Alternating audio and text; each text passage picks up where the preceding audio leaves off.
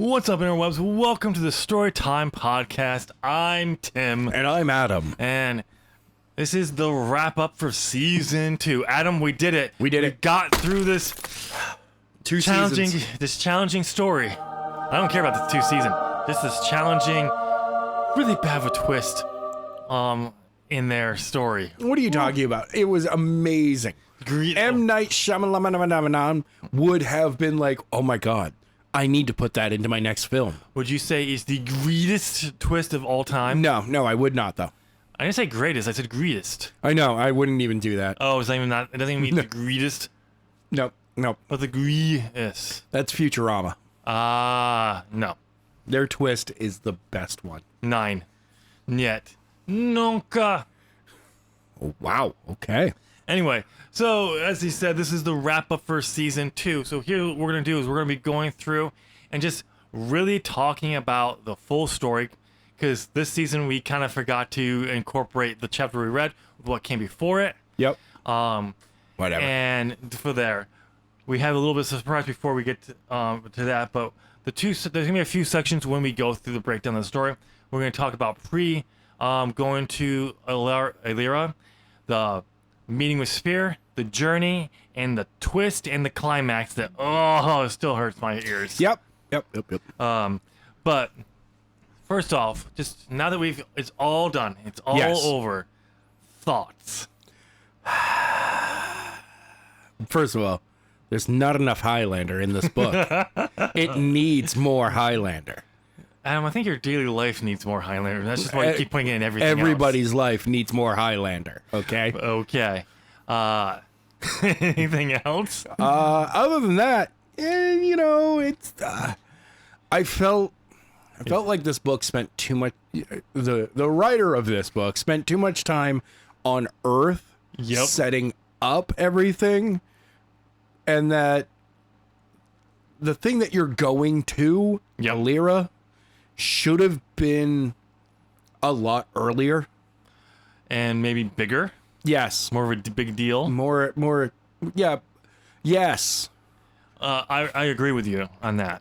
Which would make the climax even more important. Yes. One of the things we're going to find out in a few minutes, a little surprise I have for this episode, but I clearly had an idea for this first book, and I wasn't going to bulge on it. I had the rough story, and it would change, pieces of the story would change, but the outcome wasn't going to change much, which becomes the story of all versions of book 1. Okay. Even when we get to Clock of Ages, it's the exact same story. It's just what they're hunting is something different, and the climax is different. All right. But it is very much the same story here for it. But the more I think about it, the more I think this is a YA story, so it would never have worked at that time. Right. Maybe I could have made it work with the experience I have now if I had that experience, or at least I had more experience in reading fantasy at that point. Because I was only reading YA, and it was still only, let's see, 2002, 2001, 2002. Okay. When I'm writing this, about 6 years of actual reading as a reader. Wow. So yeah, it's still very much one of those things where I am not the experience as I thought I did, or how the genre of fantasy was changing.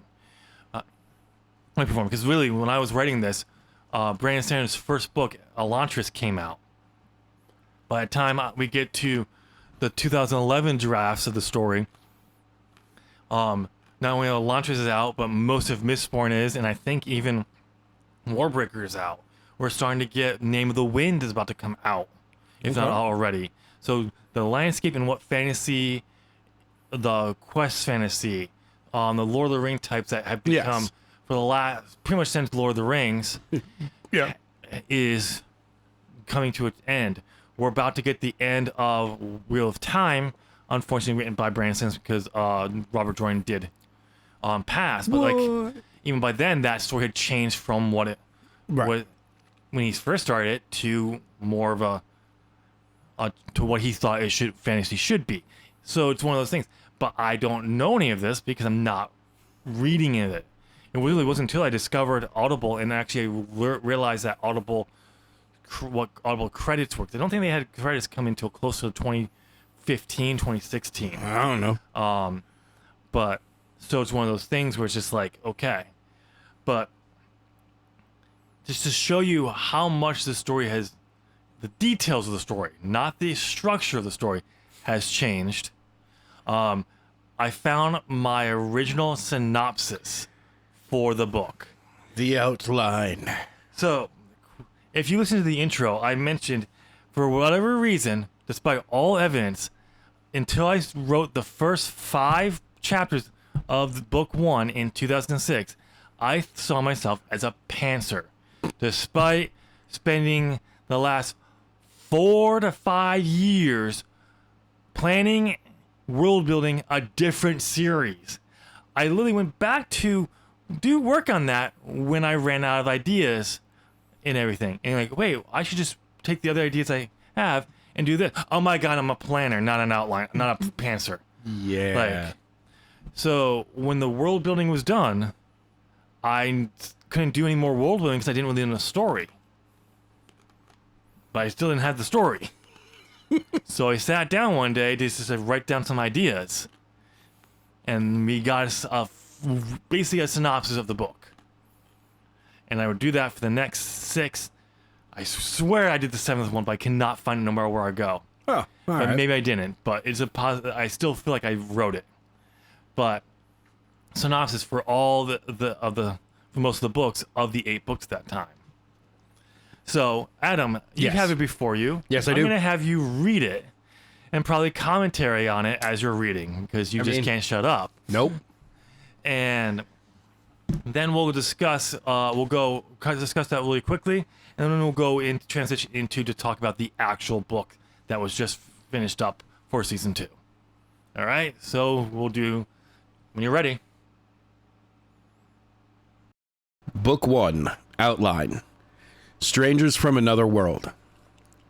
Late one night, Zach Parks came downstairs to the kitchen to get a drink while he was working on a class assignment. The thunderstorm was going on, and the power had gone out. As he entered the kitchen, a flash of lightning revealed wearing a cloaked man standing next to him. Sorry, you know what? I'm going to keep my comments in here. Zach asked him who he was, but he was frozen and could not move. The man had touched him on his forehead. With another flash of lightning, he saw the man was badly hurt. The man told him he had seen him in the woods the other day with his friends. Creepily. He saw what house he came to, creepily, and had no thought to visit, but he needed a place to hide while he recovered. Creepily. I love these outlines. Since Zach was frozen, the man took a strange pen from his cloak and began to draw a strange symbol on the back of Zach's neck. The ink he used was the man's own blood. After drawing 3 links in a chain and a quarter moon, well, that completely changed. The mark flashed red quickly. Then the man touched the center of the mark with the tip of the pen, and the mark lit up so bright it was blinding. The next day, at school, everyone was asking about the tattoo he had on the back of his neck. Everyone wanted to know where he got it done, since he was only 13 and you cannot get one until you're 18. Sometimes it's older than 18 in some places. Some places you can get it younger than 18. Depends on the parents' permission. Yeah. Zach denied that he had a mark on the back of his neck until a good friend, Ryan Jitter, asked him about it, and saw it in the mirror for himself. Zach tried to tell people he did not have that on his neck the other night. Well, yeah, because he didn't have it on his neck the other night.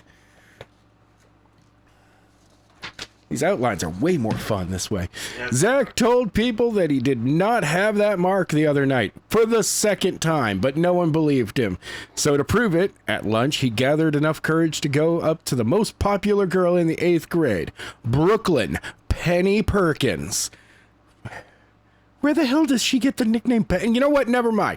The girl that Zach wished was his girlfriend. She was called Penny because of her hair looked like the shine of a new penny. Hey, look! My question was just answered. Zach was at her house the night before, working on the project. Everyone at the popular table was not happy that Zach thought he was good enough to talk to them. He asked Penny about the mark, and she told him he did not have it the other night. Ryan believed her, but no one else did. They just blew it off by making it sound like they believed her. A few days after receiving the tattoo, Zach and Ryan were walking to Wilbur Park when they ran into Penny waiting for her unofficial boyfriend. When a man showed up and demanded to know where Zach Parks was, Zach told he was Zach. Zach is Zach. Zach. Me, Zach. Zach am I. Yeah, there we go. I'm Zach. Even better, it's more like Jamal from DCC right now. Yeah. Zach is so sorry that Zach cannot tell you where Zach is. Yeah. Zach told he was Zach and did what he want. Zach do what Zach want. Oh, I like this Zach character a lot better. Yeah. The man demanded that he give him what the guy gave him. What? Or he would kill him and take it. Oh, the mark. Zach could not figure out what the guy wanted and told him he didn't get anything. The man asked if he had anything new since that meeting, which made Zach realize that he had the tattoo on the back of his neck. Was what the man gave him. Wow, that unnecessary. Zach told him, and the guy told him to come closer as he pulled out a strange metal tool. It's a vibrator. Zach did what the man told him. Wow. When he reached him, the man placed the tool on the mark. It instantly lit up. The tool did. After a few moments, the tool was glowing bright, which caused the man to drop it. The mark remained on the back of Zach's neck. The man demanded that Zach tell him how he made sure the mark could not be removed. Zach told him he did nothing. Zach's like, Zach does not understand what Zach is supposed to do in this situation. Please tell Zach what to do. Zach need to know. The man did not believe him and noticed Ryan and Penny had joined him and pointed the gun at them. And wait, where'd the gun come from? And told Zach he would kill them. Zach extended his right hand when a bright light shot from his hand, sending the man flying back into a tree, which knocked him out. Okay, that I remember that. Some things say the same. Yes. Some things don't. Like the gun. Zach looked at his hand in amusement that a new mark had appeared on the back of his hand. We didn't get new marks in my story. Ryan and Penny shocked at what happened, but Zach was shocked the most. I mean, that usually happens when you fire lightning out of your hand. The police came and took a report of what had taken place while they took the man to the hospital to be checked up before he would be taken to jail. When the police asked him what happened, he told them, still with disbelief. The police laughed at what he said, but Zach told them he knew it sounded like something in a fantasy story, and he knows he could not explain it, but that's what happened. I mean, when you fire lightning out of your hands and throw somebody through a tree, yeah, you kind of go, I can't make this up. Anything else I tell you just won't seem real. One night... Oh, sorry. Nope, that's wrong paragraph. Everyone in the school quickly heard what happened in the woods, and everyone started to make fun of Zach. Well, I mean, when somebody puts their tool on the back of your neck, you're going to get made fun of. Zach became more of a reject than ever. Well, that happens too. Ryan was scared to go near him, but he was not going to abandon his best friend when he needed him the most. Penny even gathered up enough courage to talk to him, even though she was more afraid of being cut out of the popular crowd. Wow, that's brave. Yeah, that's middle school brave right there. Middle school brave. One night in his dreams, he saw the guy who gave him the tattoo. He introduces himself as DeMarcus and explains that he is from the land of Eliria. Wait, that's not even the correct place. Okay, and that the tattoo on the back of his neck he placed there was a hiding place. Oh dear God, DeMarcus, you're inside a little boy. He's 13 years old. Why are you a grown man? The man who attacked him at the track meet was called Gamgee. See, something said. I know, and it was him who hurt him so badly that he needed to place Mark on Zach's neck so he could hide from him as well as begin to heal, while he waited for his friend Alkaline to come. Now that the placing of the mark had caused him trouble, he tells Zach that he felt he needed explaining what was going on. DeMarcus explains that everything that had happened in Eilira, and that it was amazing that he was able to use one of his marks. He warned him that Gamgee is very powerful and he will not stop until he gets back the legendary mark of his master. Zach wakes up shocked by the dream and was not sure what to make of it. The next day, Ryan and Zach were walking in the trails talking about how Zach liked Penny when Gamgee came out of nowhere. He pulled a gun on them and told Zach that if he did not give him what he wanted, he would kill them. All but kill his friend first so he could watch them die slowly before he killed him. Zach told him he did not know how to give him the mark. Gamgee called him a liar and pulled the trigger to fire the gun. Zach instinctively pushed Ryan out of the way as he jumped the other way.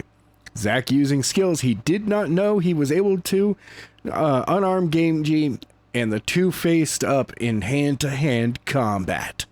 That's how you do it. Yeah. A 13-year-old boy versus a grown-ass adult who actually is trained. Yeah, this is going to go well. Zach was able to dodge attacks from the experienced fighter. Bullshit. But his attacks were not powerful enough to do anything. Yeah, you're a 13-year-old boy. There's a reason why, apparently. You're like 5'0" right now. You weigh $110 at the most. Not knowing how he used the power of the legendary mark, he was forced to use attacks that had no effect. Yeah, it's like punch, punch, punch, punch. He's like, kid, what are you doing? I've had massages that were more powerful than that. After several minutes, Gamgee caught Zach with a powerful punch, sending him flying to the ground. It was just a simple open hand slap. Smack. Stop hitting me. Less than 1% of his power. Yeah. He did not move, and Gamgee tried to pull the mark from the back of his neck using the same strange tool. But it did not work. Again. Out of nowhere, a man in a black cloak attacked Gamgee. After looking at the stranger's face, he took off to the woods. The stranger quickly revealed that his name was Alkaline, and he was a friend of DeMarcus's. Zach immediately realized, holy shit, you sound like Keanu Reeves. And who else? No, that's kind of Captain Kirk. Oh, Captain Kirk. Well, I gave up on that. He knew that his friend was hiding in this realm, but was unable to find a gateway that was not being protected by guards of the Seven Lords. Sounds like a band. After telling Zach that he did a good job on defending against such an experienced knight, he must get what he came for and leave before Gamgee comes back with help.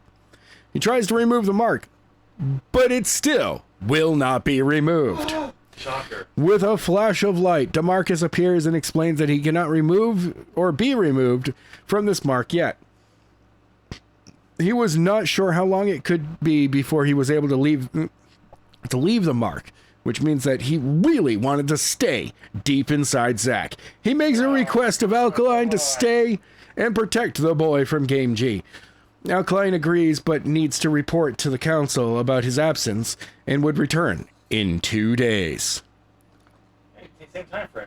1 week later. Not same time frame. Zach and Ryan go to visit Penny after she failed to show up at school and did not show up to work on their project. Her parents are freaking out since her room is a mess and it looks like a struggle happened. At least it wasn't a struggle snuggle.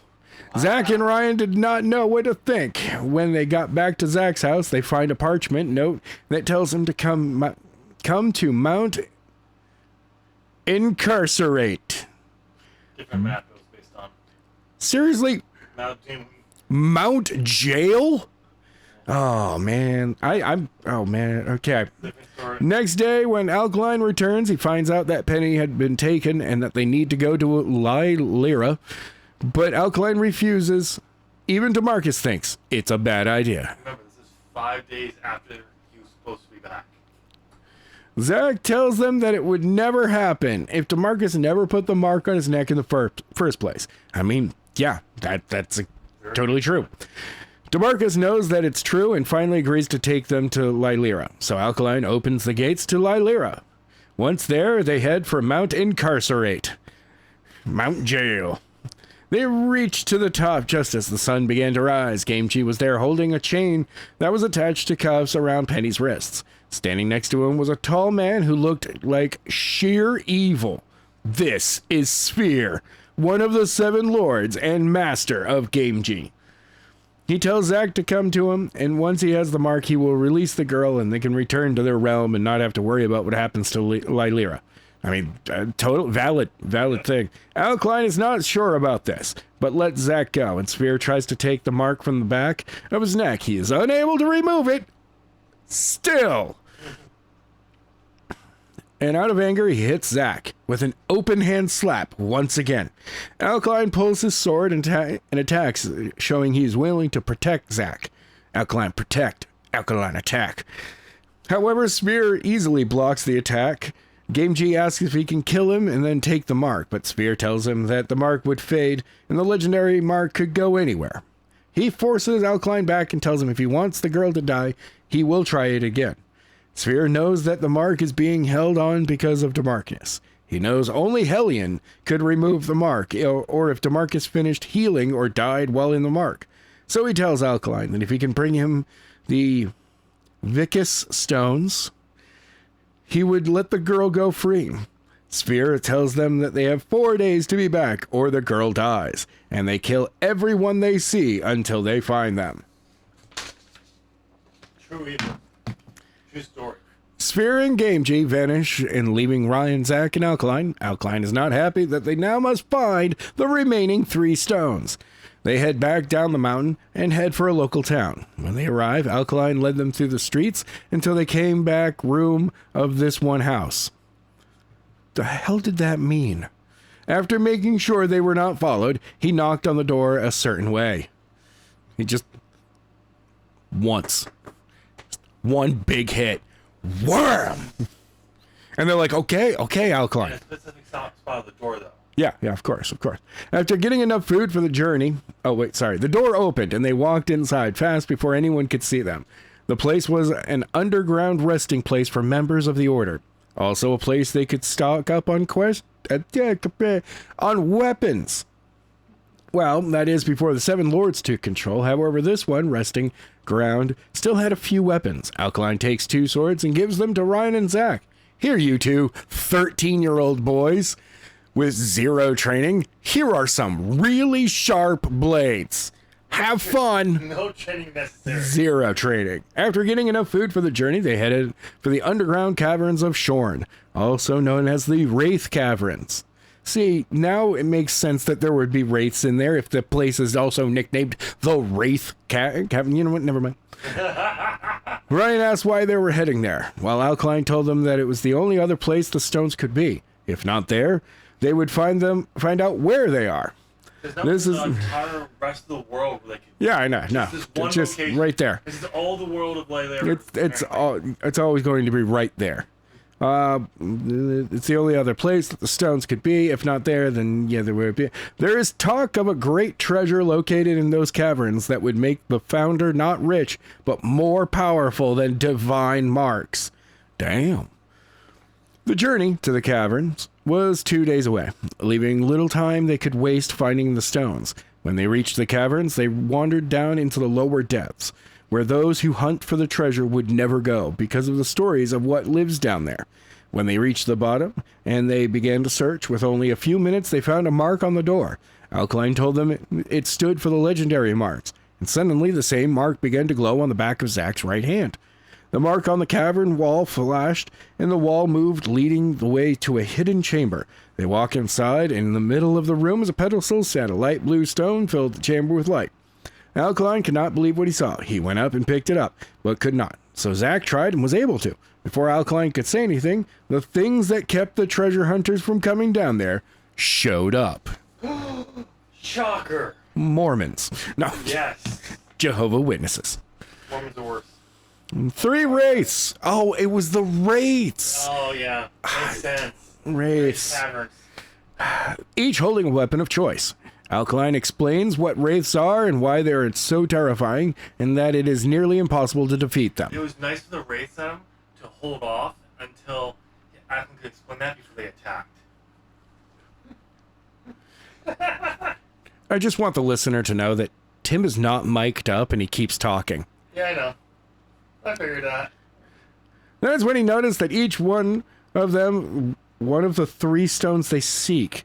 This did not comfort Ryan and Zach, knowing that if they wanted to get out of there alive and save Penny, they were going to have to defeat them. Alkaline told them to stay behind and left him do the fighting. And they should only defend themselves if one should get by. So Alkaline attacked the wraiths and did a good job, keeping them from getting by. Eventually, one got by and headed right for Zach. Not knowing what to do, he shoved the gem he picked up from the pedestal into the face of the wraith, which caused it to begin to twitch and bright light shoot from its eyes in a bright flash as it exploded with a blinding light. I think they understand that there's a lot of light in that explosion. No. 3, the explosions knocked the gem from Zach's hand. Seeing the gem could kill these things, Zach ran to get the stone. Distracted by the death of one of the wraiths, one of the remaining 2 struck him, hurting him, allowing another one to get by. The wraith reached Zach before he could reach the stone. Using its hand with the extremely long fingers, it caused Zach to freeze and not be able to move. The creature began to suck his soul from him, making eye contact. I'm not even going to say anything about that. I'm just going to repeat that sentence. The creature began to suck his soul from him, making full eye contact. Before the creature could succeed, Ryan came and stabbed the wraith with his sword, causing it to break the eye contact and allow Zach to move. The wraith knocked Ryan back, but it allowed Zach enough time to draw his sword. He began to fight the creature, but was quickly beaten and knocked to the ground. However, he was knocked right next to the gem, which he picked up. However, before Zach could put it next to the wraith, it used its abilities to cause him to not move. As the wraith went to make eye contact, full eye contact, the mark on the back of Zach's hand began to glow again. It broke the hold the creature had. The mark now allowed Zach to prevent the wraith from moving, which allowed him to use the gem to kill the wraith. At the time, Alkaline, who was still fighting the other wraith, fully trained fighter over there, Zach has killed off 2 of these things already, and this dude is still fighting 1. Zach threw him the gem, which he could not touch, and killed the wraith. Ah, yes. After treating his wound and making sure Ryan was okay, Zach asked how he was able to use the wraith's own ability against it. Alkaline told him that was one of the abilities of one of the many marks Demarcus had. They searched for the stones that the wraiths wore once they found them. They headed back up through the caverns. Once on the top level, as they walked towards the entrance, Zach saw a young teenage girl about his age, wearing only torn rags and a loincloth, with chains wrapped around her arms. That's going to awaken a fetish. 4 men walked together holding the chains, and they walked by Zach. As the girl passed, she fell to the ground, and Zach asked if she was okay while making full eye contact. The men did not like this and said that the girl was their slave, and they were going to enjoy having her. Okay, that's disturbing. Zach was disgusted and told them to let her go, that no one deserves this. The men laughed until Alkaline stepped in and told them that slavery of a minor was outlawed years ago. The men said that this was before the 7 Lords' rule. Alkaline told them that it was still the law and the 7 Lords had no authority. They drew on him, but they quickly they drew on him with a Sharpie, but they were quickly taken care of by Zach, and then cut the chains free from the girl's wrists. The girl asked if she could join them. Zach and Ryan were not sure about it. You literally just freed her. And Zach's like, I don't know. Now that she's out of chains, I'm not cool with it anymore. They did not want to put another person in any danger. Okay, that makes way more sense. However, Alkaline thought it was a great idea. He was like, you know what? More kids. I'm going to drag kids into dangerous situations. I'm a responsible adult. She introduced herself as Genesis, and since all she had to wear was the rags and loincloth, they stopped in a nearby town and got her some clothes and allowed her to clean up. After cleaning up and placing on clean clothes, Zach and Ryan were shocked at how beautiful she was. He was like, damn it, she's not supposed to be that beautiful. Once Genesis was ready, they headed back to Mount Incarcerate. It was almost dark by the time they left the small town, so they had to move most of the night. They stopped to rest for a little bit, but after a few hours of sleep, they had to move on. They arrived just as Gamgee was giving the order to kill Penny. When Spear saw them, he told him to wait. Alkaline gave him the 3 stones, but made no mention of the other gem they found. Spear released Penny and placed the stones on the ground in a triangle. He told Zach to step into the middle. Alkaline told Spear it was not part of the deal. But Zach did it anyway, because Zach does what Zach wants to. So saith the Zach.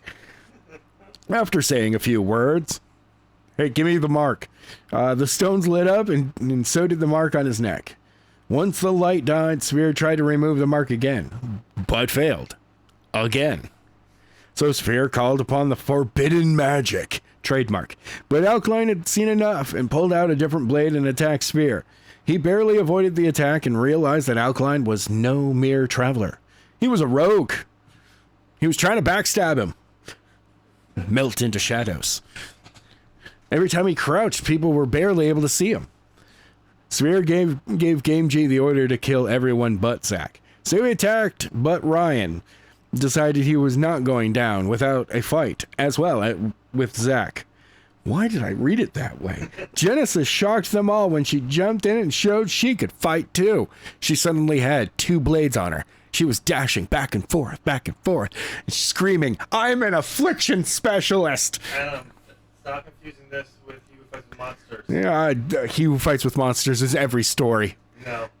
Well, they fought with Gamgee. Alkaline and Spear fought.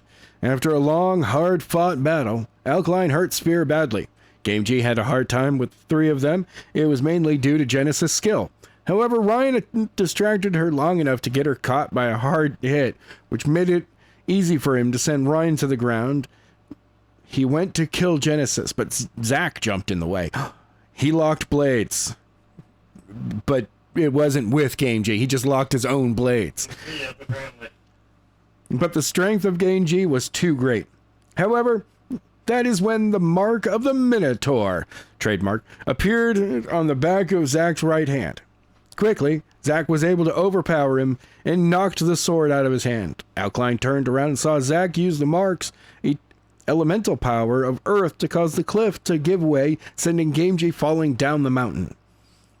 All you heard was, woo-hoo-hoo-hoo-hoo. Yeah, the Goofy going off the cliff sound. Alkaline was blown away. He was like, whoa, man. At this, it gave Spear time to escape. Spear was like, oh, you know what? I'm out. I'm out of here. I mean, I could beat all these guys, but I'm out. Once the battle ended, Alkaline asked how it was possible for Zach to use the divine mark. Zach told him he did not know. Zach's like, I don't know. I don't know, man. That's like AI asking, sending your own question back at you. DeMarcus showed up and told Alkaline it must be because he is one from the prophecies, trademark.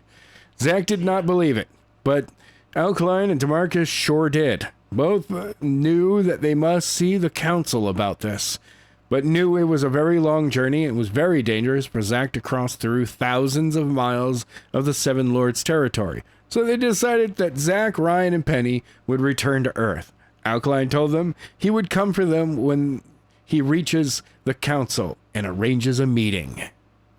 Dun, dun, dun. And that's how that story was supposed to go. It's TM. Not trademark. TM. Shut the hell up. Trademark. Okay, so very different story. Yeah, that's a different story altogether right there. Yeah, I made my comments quite obvious during that. I do like it felt like I was just handed a little script and I had to read my own episode. Yeah. I mean, it literally was. It just comes down to, this shows you what it was. Violet's not even in the story yet. Nope, no Violet. No Violet. Penny that was her original role, which when I put in Violet and moved it all that to there, that changed things. But then I didn't then go in just Penny's story. Yeah.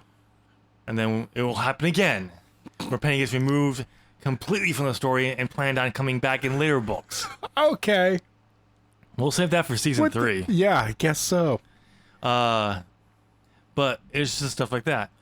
This is back when I called the Stones of Time the Vista Stones. Yeah. I didn't forget about that. I think I got used at one point. I called the legendary marks Divine Marks, and they apparently had Earth-based elemental-based powers. I guess you had other powers in that. I don't remember that because they're not in my. Instead of knocking somebody off a balcony. Yep. Which is a way cooler way to take the dude out. Yes, it is. Instead it was, and the ground crumbles underneath you, and you fall off a mountain. And then you have the goofy cry. But they were never in my notes as far as I know that they had Earth-based powers. Yeah. I only remember them having 2 abilities. Getting a power of the mythic creature that they resemble. Yep. And summoning that said creature. Okay. That's the only thing I ever remember. So this is like, when I read this myself, I was like, Earth-based powers? Yep. Okay. The Minotaur also has stone power. It's an idea to look into for the future when I come back to the story to rework it and everything, but it is interesting.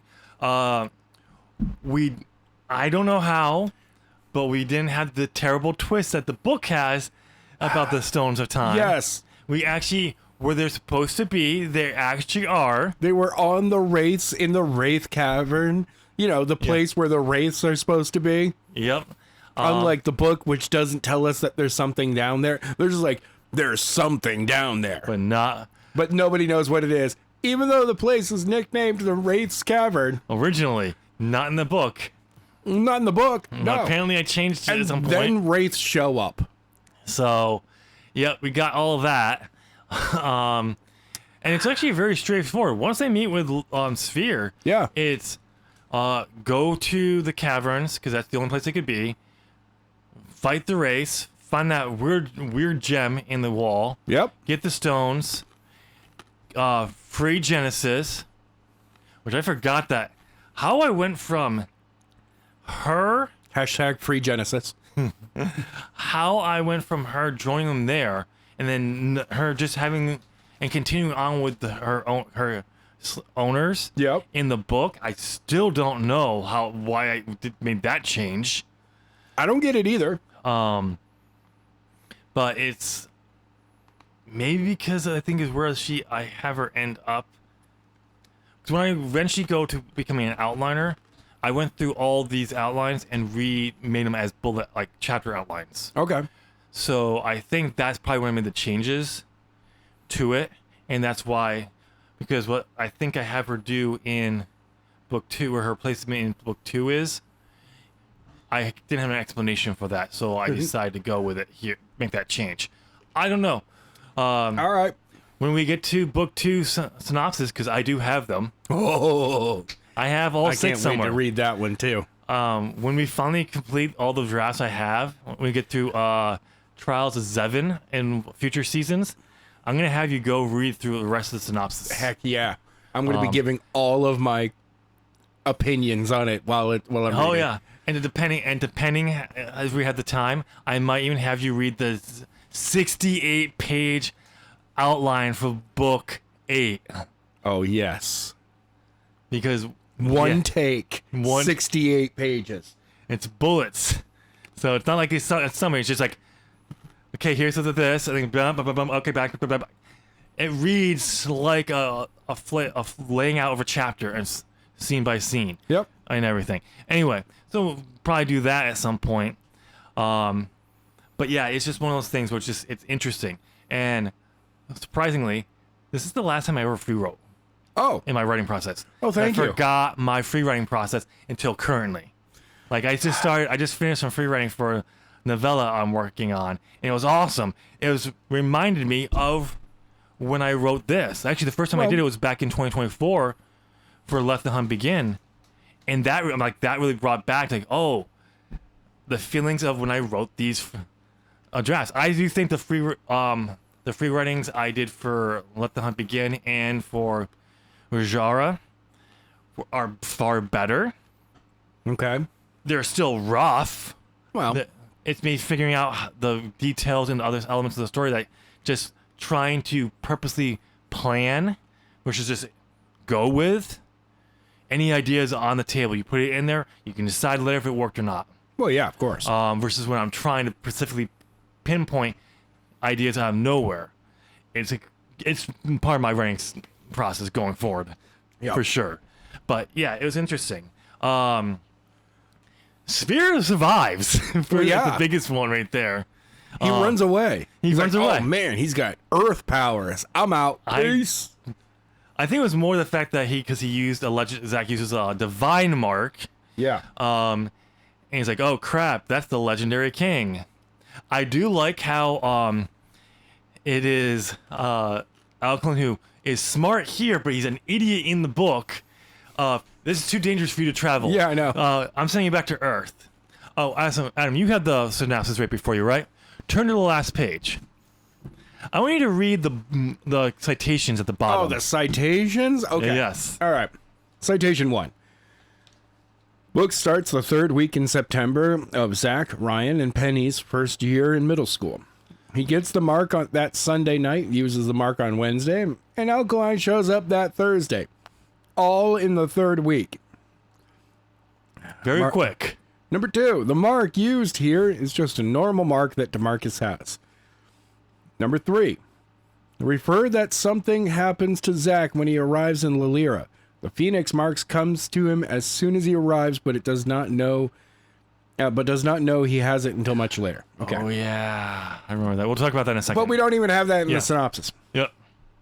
4, the mark used here is just a different normal mark that DeMarcus has. Alkaline uses the 5. Alkaline uses the stones when he opens the gate so that all the time that passed on Earth equals up to the number of days their adventure took place. They return to Earth late Sunday night. Yep. Number 6, refer to Hellion returning through a random gate. Do not say it's him. Number 7, that's not even something that was there. These are both originally blank. Number 7, epilogue. Ryan and Zach tell their parents that they stayed at each other's house. Ryan's parents were gone for a getaway, so it works for Zach. Penny is welcomed home and comes up with excuse how she got away from her kidnappers. I think the last few ones specifically, the using the stones for time and for Helion. Yep. Was notes for the future. Okay. The notes of the thing of time. This is when I was trying to do the whole Narnia Earth thing. Yeah. So this was a way to make it connect. I think that the mark about the Phoenix mark coming to him because he's the legendary king, prophesized king, was to add something in there that just is weird but doesn't fully explain. It's not his hair is blue and eyes are white, and then collapses back and they're normal again. Element of future. Yeah. If you don't know what we're talking about, go listen to season 1 of the Storytime podcast. Yep. So I think it was just there. So when it was revealed he does have the Phoenix mark, it comes back. It's revealed that's when it came to him. Because I think a lot of those notes were just for the next draft, or when I fleshed out the chapter from there to add in or something like that. That's what I can think of. That's all I can think of. But yeah, it's a little different, right? Yeah. Yeah, I just got away from my kidnappers. It was super easy. Dirty inconvenience. Yeah. Not good. All right, I think it's good. That's about.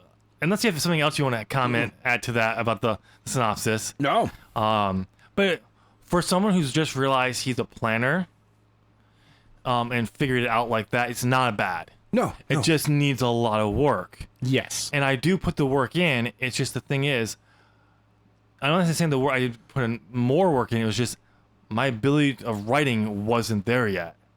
It's literally the second book I ever wrote. I didn't rewrite Angelic Wars a few more times, edit that or anything. I rearranged things, polished to make the transition better, which is debatable. Yes. If you want to know, go read the last half of that book. Audiobook is up for Angelic Wars. But anyway, it's just like, so I'm still not there. And I'm still learning about how being an outliner works. Right. For me. So, but let's go over the story. We're gonna, like I said, we're gonna break this up into a few sections. Let's talk about the first 10 chapters, Adam, before Eilira, or Earth. Yeah, the section that goes on way longer than it needed to. Yeah. Yeah. Honestly, storyline wise, you could have shrunk that down. The fact that in the synopsis it's pretty short. Yeah. But I don't think it's as short. I think it's not as long as what's in the book, but it is longer than we think it is. But yeah, okay, let's just start. Okay, we already agree, Adam. Mark at Midnight is either a prologue or you bring it into later in the book. Yes. And I think we agreed that it's just put it later. Yep. There's a spot where it goes in later drafts when he dreams and meets DeMarcus. Right. That's good time for DeMarcus to let him know about that. Yeah. But after that, it's right into chapter 2, and it's of a title that the character has one line. One line. One. She's not even the focus of most of the chapter. I love how it says here, one, Penny Perkins. But it's chapter 2. Yep. And she's supposed to be Penny Perkins. And she's not she's the name of the chapter, and we don't get... This just shows you, Adam, I had no clue how to do chapter titles. No.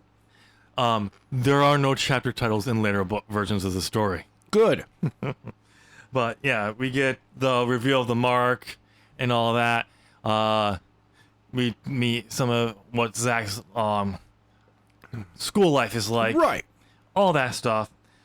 We realize that we're getting into the love angles of he used to like Violet, now he's in love with Penny because she's back and she's hot and she's popular. Though he truly still likes Violet. But then everything changes. Like a normal teenage boy. Yep. Can't make up his mind. Ooh, she pretty. Oh, but she like but she's pretty. But pretty. But I also like this. And I like this. Popular and pretty. Yeah, popular. Popular. Pretty. Boobies. Boobie. Then chapter 3 comes along, and we get the introduction to Gamgee. Yep. At the end of the chapter. And honestly, don't even need him here. What do you mean?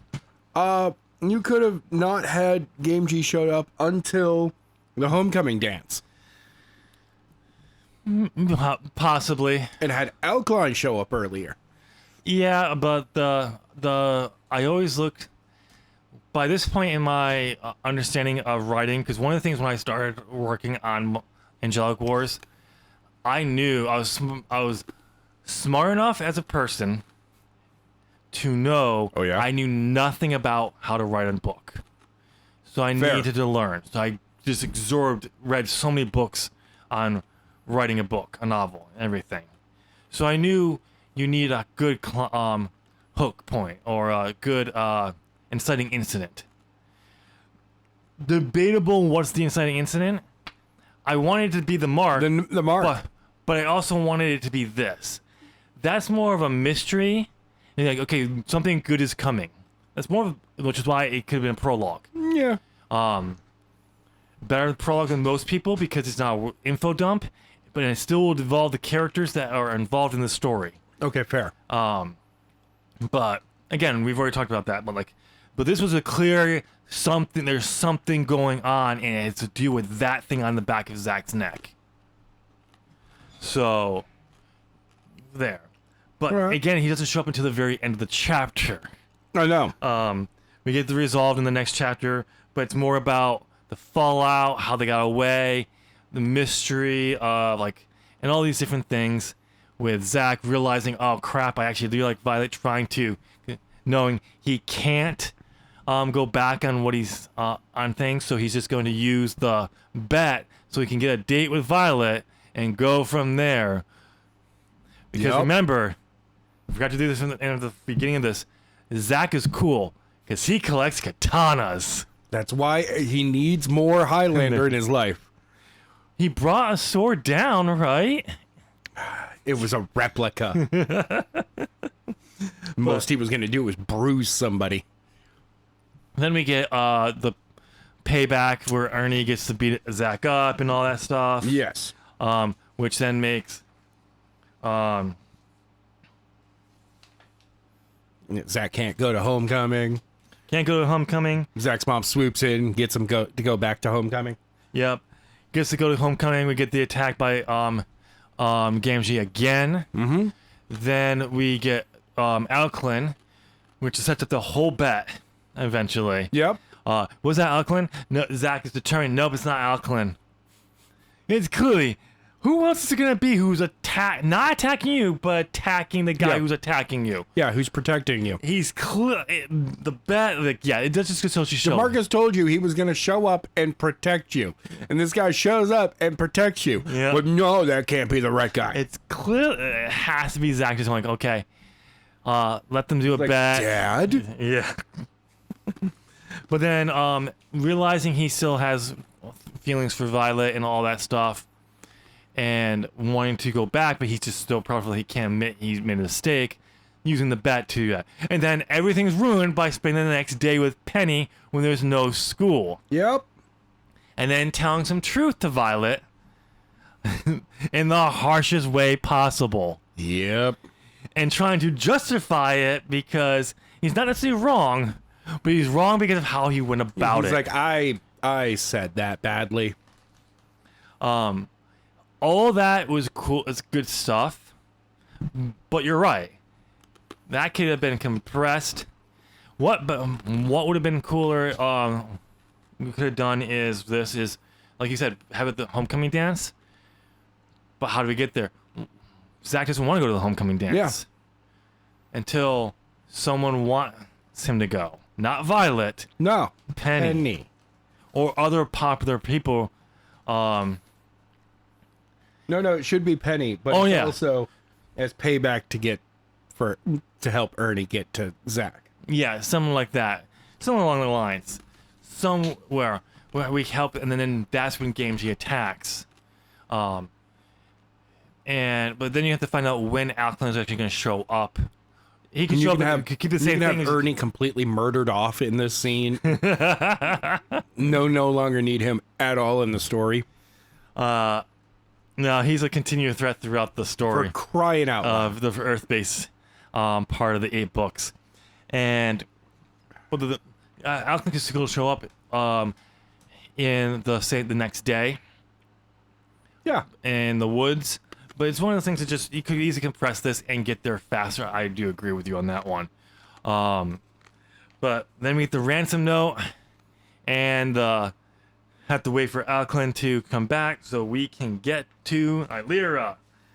And after 9 long chapters, we finally get there. we finally get there. By the way, the greatest logic really is, yeah, so he wants this mark. And Alkaline going, yeah?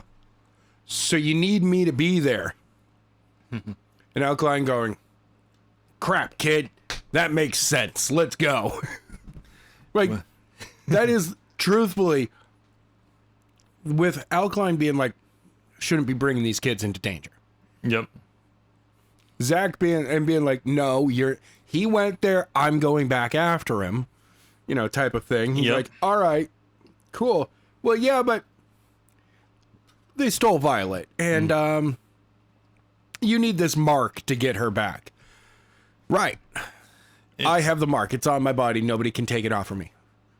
Crap, kid. Okay, you're coming with me. Yeah. And then Ryan just going, well, I mean, I'm not going to get left behind. Yeah. I'm going to get in trouble if I'm still here too. Yep. Or he sneaks onto it. Yeah. Oh no, I like the idea that No, I do. that Ryan really is just like, you know what? I'm going. I do like the idea of him just saying, he just was like, what stops if you go with Zach? What stops Gamgee coming back and taking me next? So he has even more leverage. Yeah. Or something like that. So it's just an understanding. But it is very clear there is no reason for Ryan to be there. Nope. None. Outside of what I'm trying to have his friend be involved. And He is pure sidekick energy. Yep.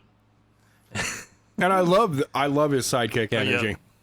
Especially as he gets the storyline. It really should have been for him is he wants the adventure. He loves Zach's dad's stories. Yeah. His mom told him. Yeah, boom! All of these awesome he wants that adventure because it's true. He reads fantasy. He loves that stuff. He's like, magic, Yep. swords. Heck yeah, let's do this. And surprised then he's he like, oh my god, this is not that much fun. I'm surprised you didn't say Highlander on part of that line. Ryan doesn't need Highlander in his life. Zach needs more Highlander in his life. But yeah, when he gets it and then he finds out what an adventure is, the stories cut out the boring stuff. But then he also don't stress the dangers of the exciting stuff. I know. Especially when you're untrained. And it doesn't cross Alklin's mind once to give them lessons. Even Zero. after, so they have a way to defend themselves, but don't know how to use it. 0 times. I'm surprised Alklin didn't go like, you know how to use that, right? And Zach or Ryan go like, we put the pointy end in the other guy? Good enough for me. Yeah. Like, yep, okay. Oh no, he starts to go there. He's like, let me guess, you put the pointy. And Zach or Ryan joke saying, let me guess, I gotta put the pointy end into the other guy. Okay, you know what you're doing. Good. You know what you're doing. And that's his exact excuse not to teach him anything else. Yep. But we get the journey to the Free Mountains. We get some actual lore in there about what's going on with Alklin, with Demarcus, the legendary marks. A little bit of I think it's late. It's not until we get to the mountain where we learn about Helion, the Free Mountains, not Mount Incarnate. By the way, I'm pretty sure the title for Mount Incarnate is because that's where Helion is imprisoned. Ah, see, that would make sense why you would call it Mount Incarnate. I think that was the original Incarcerate. idea. Incarcerate. Not Incarnate. Incarnate. No, that's a map making website.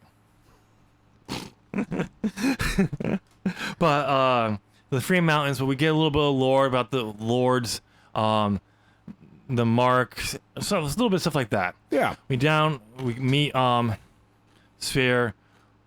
He can't take it off either. Gives him the time to go find the Stones of Time. He got some. When I get bored, I'm gonna kill her, and I'm gonna come after you.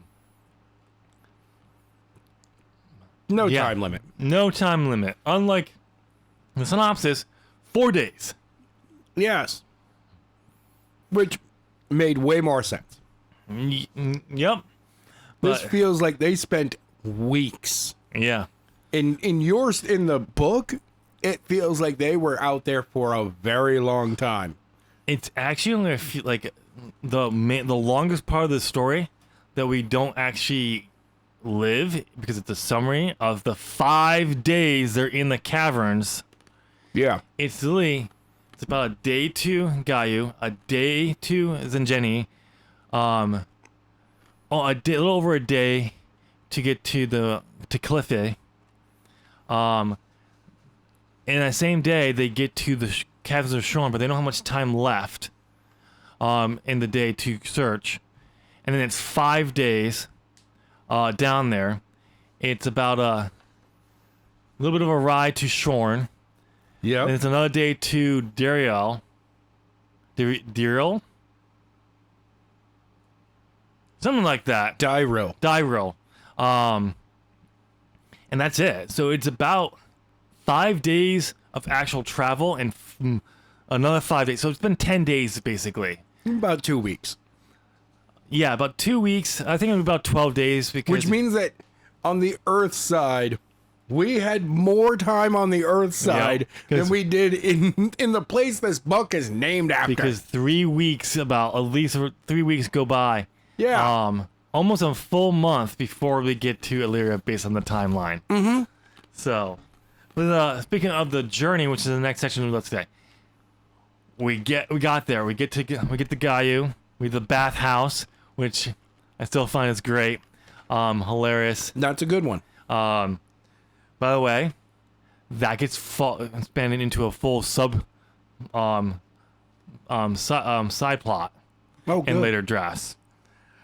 But we get there, but we're moving through and we're going to find the Storm's time. I'm going to spoil this anyway.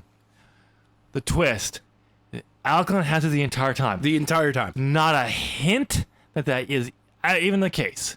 No. Not at all. See, what would make sense here, because when we get the twist in chapter 23... Yeah. We find out that Deal has turned on the Sentinels a long time ago. And it gave him a chance to take care of that. What would be a logical understanding is, okay, get the Stones of Time. Well, I had the Stones of Time. Well, because we know he was part of DeMarcus's crew to go when he went to get there. Not accompanying him into the task, but at least was there with him. His job was then, once he saw DeMarcus there, to go off and take care of Deal. But he got sidetracked because of what happened with DeMarcus. So now he's using that because he needs to find the Stones of Time. Even though he has them, he is going to go deal with that as a time to think of a plan. Instead of having him, no mention, it's like, let me just go take care of Deal now. Wow. Yeah. And just not worry about the girl, because his sphere set isn't going to kill her. I mean, a better idea would be Alkaline is not 100% sure that Dale sold he and DeMarcus out previously. He didn't sell him out. He just said he sold out the Sentinels. Never said exactly what he sold out. I would have had him sell out. I think he has a better connection be the point. guide to bring them to the castle. And well, not even the guide, but him being him knowing about it. Yes. And leaking that information. Yeah. And then, Alkaline's like, look, this was a chance for him to come clean. Yep. And or show that he didn't do that stuff. Yep. And instead he's just like, oh yeah, I totally did that. That was me. Fuck you. Yep. Alkaline's like, all right, well, stabby point pointed towards you. By the way, we're the Storms of Time. I know I got them right here, but I'm going to make you tell me so I can know. Just dry this out. Yeah. I know exactly where they are, and I know if you're lying to me. Yep. I'm going to tell you this place. They weren't there. Nope. Okay, moving on. Stab. Bye-bye. Yeah. But I do like in the outline where they are in the cavern. Yes. He had to go collect them. They do get put there in later drafts. Okay, good. I do. Because that makes way more sense. Well, not all of them. No, but... originally, apparently, I guess, Spear has a few of them, but he needs more. Okay. So... they have to... Or, no... someone has a few of them, and they gotta find the other ones. But there are the ones that they do find a few in the caverns there, but they just can't take them for a reason. Okay. And if I remember correctly. Anyway, but yeah, at least they're there, and they're not there. But I kept the surprise that it won't be revealed to what its purpose until book 6. Jeez, Christ.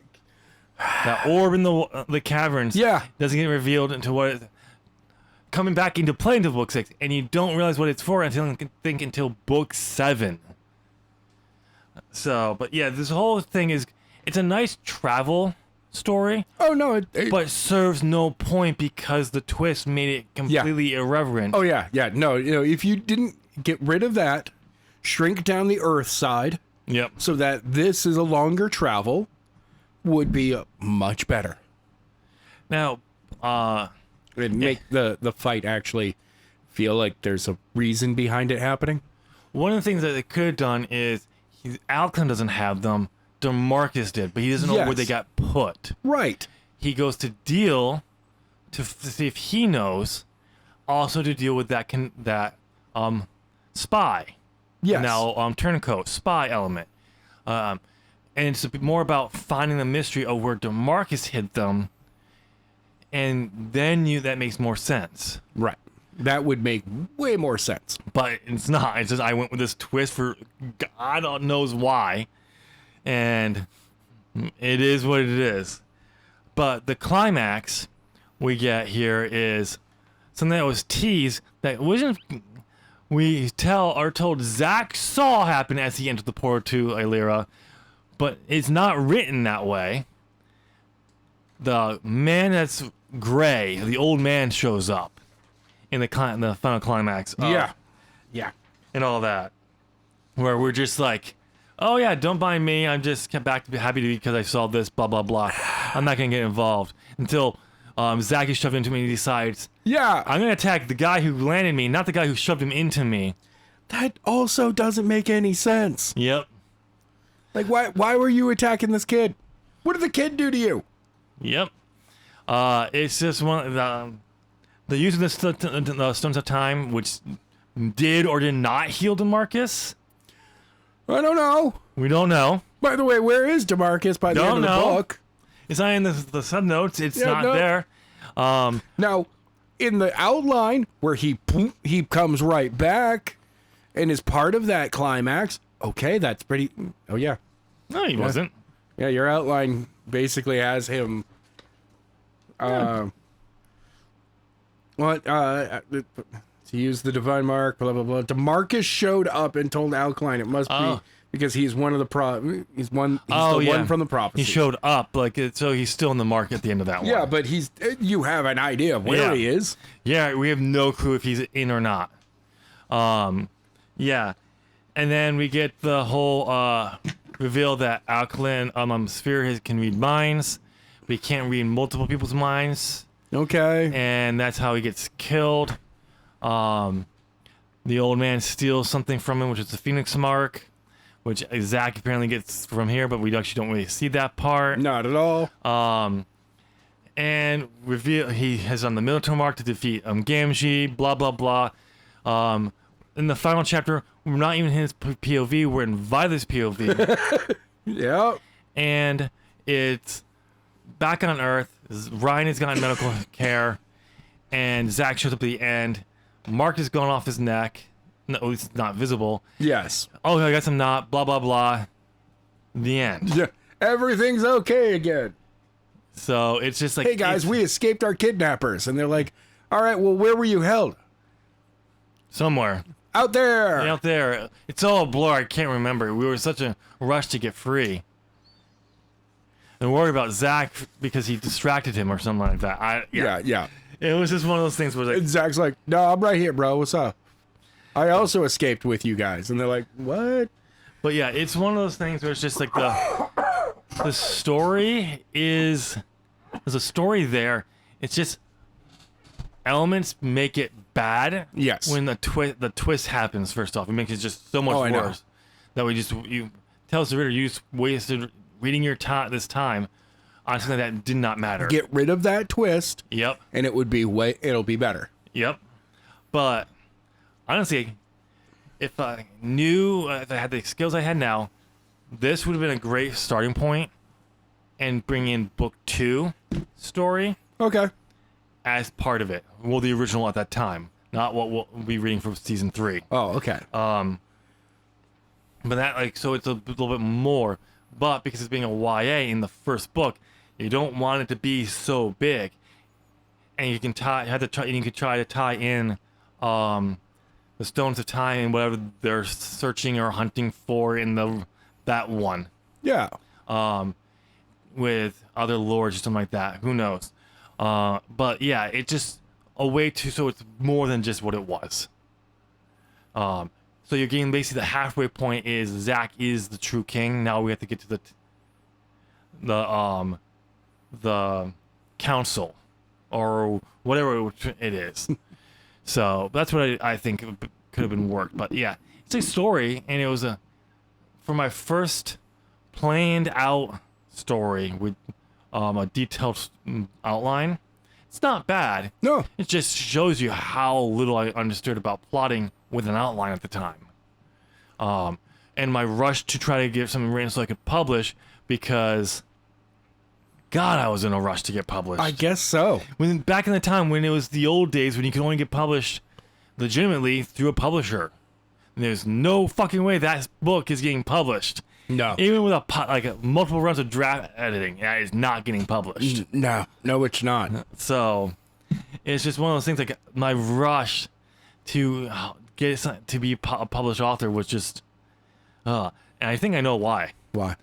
Because I always dreamed of myself when I was working on Angelic Wars, like being still in college, Okay. and having a published Yeah. story was playing it. As I was writing through this, I'm getting the end of my college, so that dream can't really apply anymore. And to be honest, when I went back to school in 2011, I think part of it was so I could really keep that dream alive. Of course. It wouldn't be the young. No, but it would still published while in Yeah, college. I'm still published while I was in college. Sure, it was the second time. But whatever. And I was almost 30, but still. Whatever.